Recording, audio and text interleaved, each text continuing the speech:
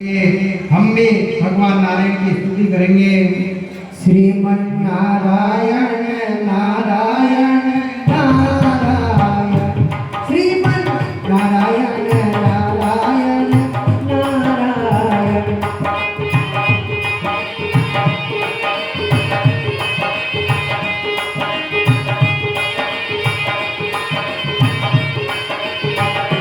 श्रीमन नारायण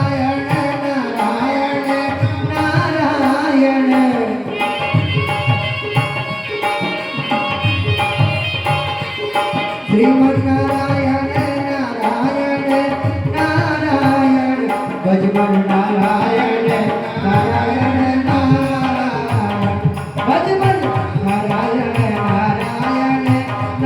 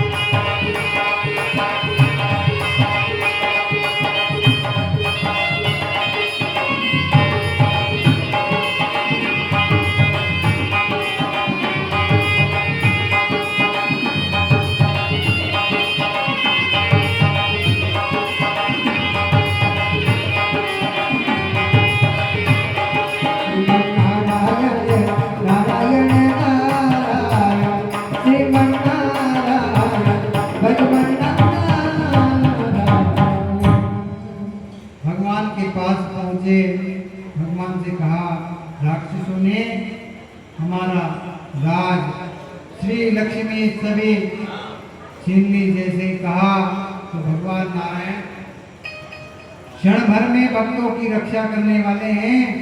दुखी जो भी भगवान के पास पहुंचता है, भगवान एक क्षण में उसका दुख हर लेते हैं।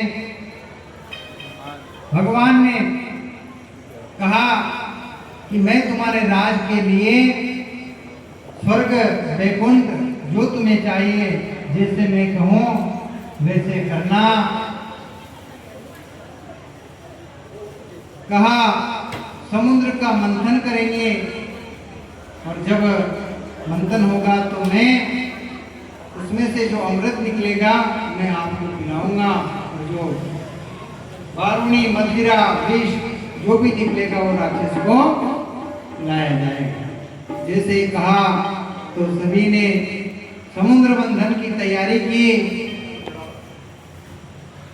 समुद्र का श्री कृष्ण गोविंद हरे मुरारी, हे नाथ नारायण वासुदेवा। श्री कृष्ण गोविंद हरे मुरारी, हे नाथ नारायण वासुदेवा।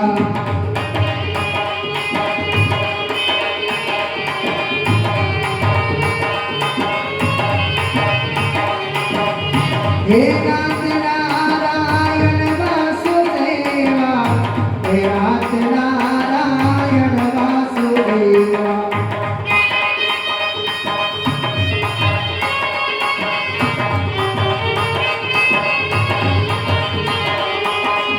हे नाथ नारायण वासुदेवा, हे नाथ नारायण वासुदेवा।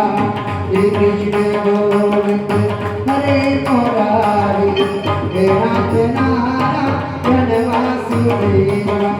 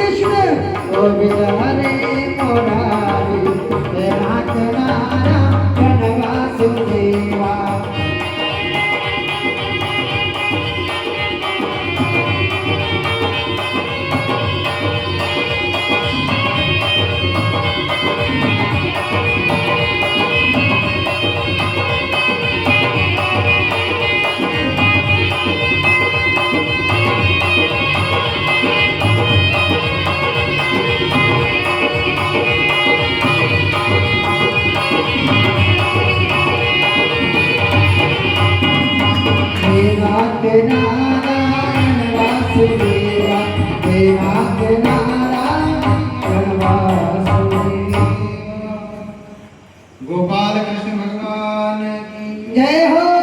राधा रानी सरकार की जय हो। जैसे ही भगवान ने कहा कि समुद्र का मंथन किया जाए तो समुद्र मंथन की व्यवस्था सभी देवता लगे और समुद्र का मंथन होने लगा।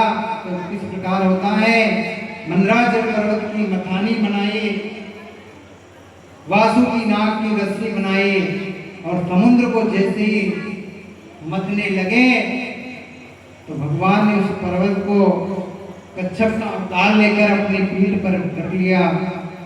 जैसे ही समुद्र का मंथन होने लगा तो सबसे पहले समुद्र मंथन में से क्या निकला, देवता राक्षस सभी अमृत के कलश के लिए देख रहे थे, लेकिन सबसे पहले निकला जहर, विष, गरल।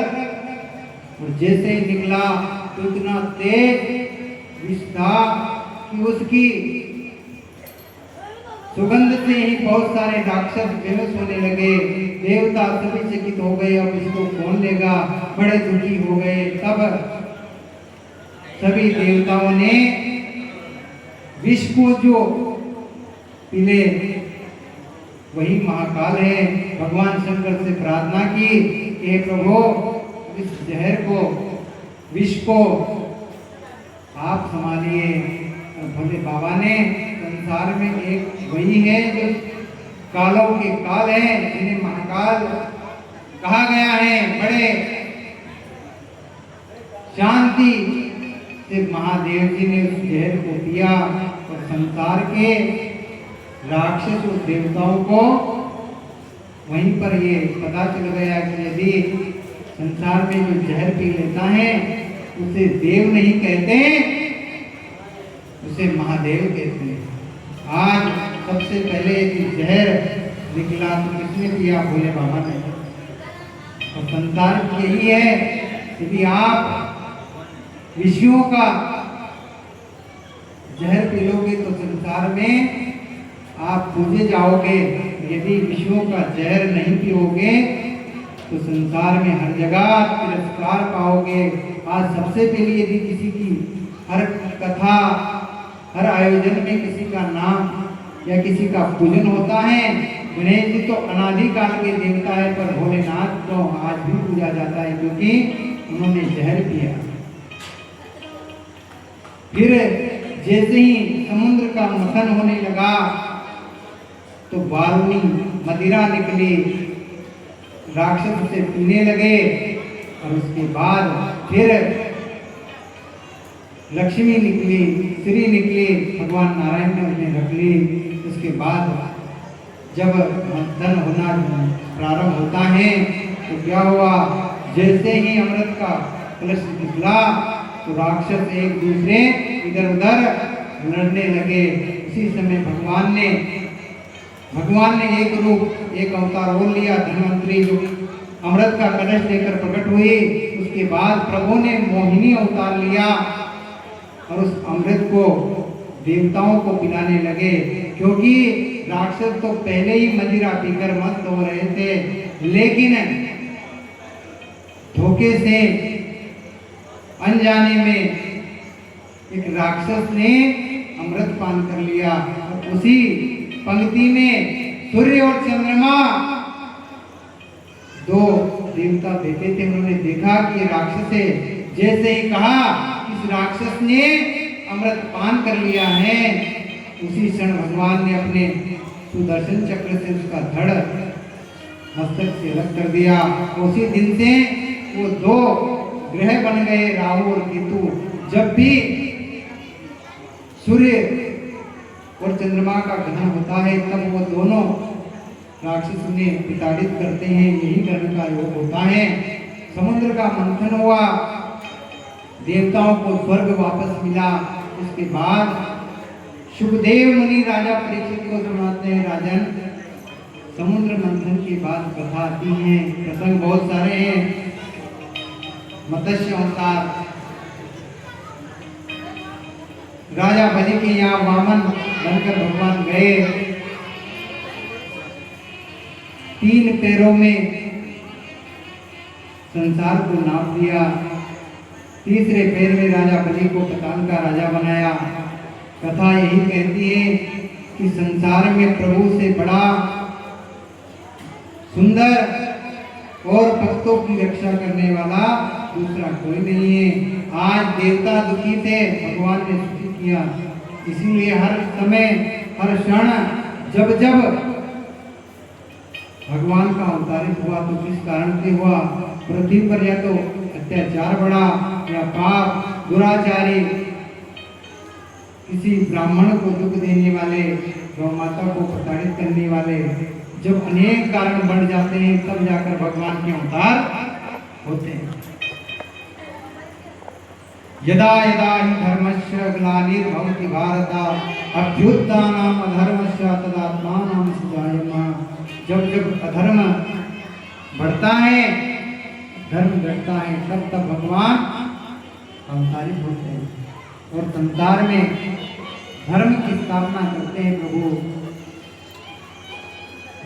इसी प्रकार जब राजा बलि ने भी युद्ध में अपने प्राण छोड़ दिए थे, तब गुरु शुक्राचार्य ने उसे संजीवनी बूटी पिलाकर फिर जीवित किया था। और उसके परीक्षा लेने के लिए भगवान नन्हे से ब्राह्मण के रूप में गए थे। 2 पैर में सारा संसार माप दिया था। तीसरा पैर जब बलि से कहा कहाँ रखूं, तब राजा बलि ने कहा मैं आपको पहले ही पहचान गया था कि आप सर्वेश्वर नारायण हो, मेरे मस्तक पर रखिए। और जैसे ही मस्तक पर रखा तो बलि को पाताल में भेज दिया। राजा बलि को पाताल लोक का राजा बनाया। भगवान क्षण क्षण अपने भक्तों की रक्षा करने वाले हैं। समुद्र मंथन की कथा के बाद कथा आती है राजा हरिश्चंद्र, अनेकों अनेक राजा की कथा सुखदेव मुनि राजा परीक्षित को सुना रहे। लेकिन कथा का माध्यम ये है कि संसार में कथा सुनना, कथा करवाना, ये सिर्फ एक माध्यम है धार्मिक प्रचार प्रसार। तो सबसे बड़ा जब जब भगवान ने जन्म लिया, क्या कारण रहे? या तो गौ माता दुखी रही, या संत या ब्राह्मण या अधर्म बढ़ने लगा, धर्म घटने लगा। एक गौ माता का प्रसंग आता है बड़ा सुंदर। आपके पास इंदौर में अहिल्याबाई होलकर का महल था।